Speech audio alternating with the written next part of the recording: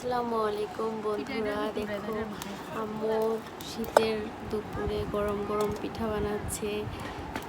পিঠাটা খেতে এত মজা। মাংস রান্না করেছে, সাথে মুরগির মাংস। এই পিঠাটা আমার খুবই প্রিয় এবং আমাদের ঘরের সবার অনেক প্রিয়। মাংসের সাথে যে কোনো মাংস দিয়ে মজা লাগে অনেক। গরুর মাংস, খাসির মাংস, মুরগির মাংস, সব কিছু দিয়ে আমাদের এই পিঠাটা অনেক প্রিয়। আর এই পিঠাটাকে বলা হয় চিতই পিঠা। আম্মু বানাচ্ছে, অনেক মজা করে খাচ্ছি। ভাবলাম যে এটা ভিডিওটা ক্যাপচার করে রেখে দিই, আমার ইউটিউব চ্যানেলে একটু রেখে দিই।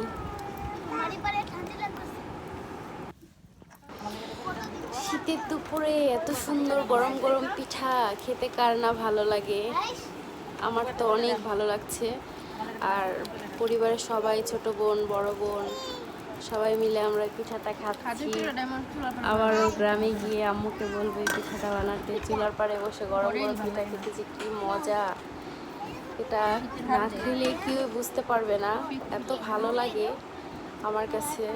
আর এই মুহূর্তটা অনেক দিন পরে দেখলাম, গ্যালারির অনেক ভিতরে ছিল, হঠাৎ করে পড়লো, তাই এখন ভিডিওটা দেখছি। আর এতটা ভালো লাগলো, তাই ভাবলাম যে ভিডিওটা এডিটিং করে একটু দেখি কেমন হয়।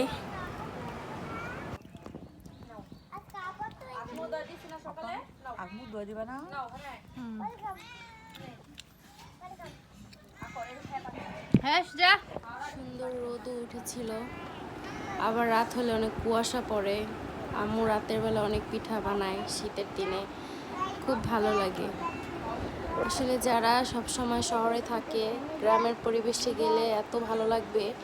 গ্রামের পরিবেশটা সত্যি অন্যরকম। আবার খাওয়া দাওয়ার পরে একটু চকেও গিয়েছিলাম, মানে খেতে, সরিষা খেতে, খুব ভালো লাগে। আবার যে কবে আসবে এই শীতের দিনটা, আবার এইভাবে উপভোগ করবো। আম্মু সবাইকে বেড়ে বেড়ে দিচ্ছে, সবাই খাচ্ছে, আম্মু খাচ্ছে সাথে সাথে। আমার খুব ভালো লাগে পিঠাটা, দারুণ হয়েছে। আর মুরগির মাংসটা অনেক মজা হয়েছিল। আর আমাদের দেশি পালের মোরগও ছিল, ওইটা আবার আরেকদিন রান্না করবে আম্মু বলছে। আরেকদিন আম্মুকে বলবো এই পিঠাটাই বানাতে। আমি গ্রামে গেলে এই পিঠাটাই আম্মুর হাতে বেশি খাই, আমার খুবই ভালো লাগে পিঠাটা খেতে।